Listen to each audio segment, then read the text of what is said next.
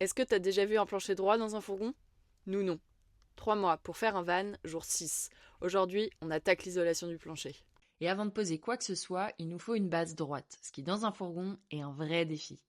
La première étape, c'est la pose des tasseaux. Nous, on a choisi des tasseaux de 30 par 30 mm pour avoir la même hauteur que l'isolation. Et surtout, il ne faut pas les clouer dans le plancher. Ici, on a tout collé, parce que percer la carrosserie, il y en a assez. Le problème, c'est que le plancher du van n'est pas du tout homogène. Il y a des nervures, des creux, des bosses, donc on positionne les tasseaux au même niveau pour obtenir un plancher le plus droit possible, du moins acceptable. Une fois le sature en place, on commence l'isolation avec de l'Armaflex 10 mm. L'objectif, c'est pas d'avoir une isolation principale, mais surtout de rattraper les aspérités et de limiter les ponts thermiques. L'Armaflex, c'est un isolant qui est souple, résistant à l'humidité, avec une bonne conductivité thermique de 0,036 watts par mètre Kelvin et de super performance acoustique. C'est vraiment parfait pour les zones compliquées.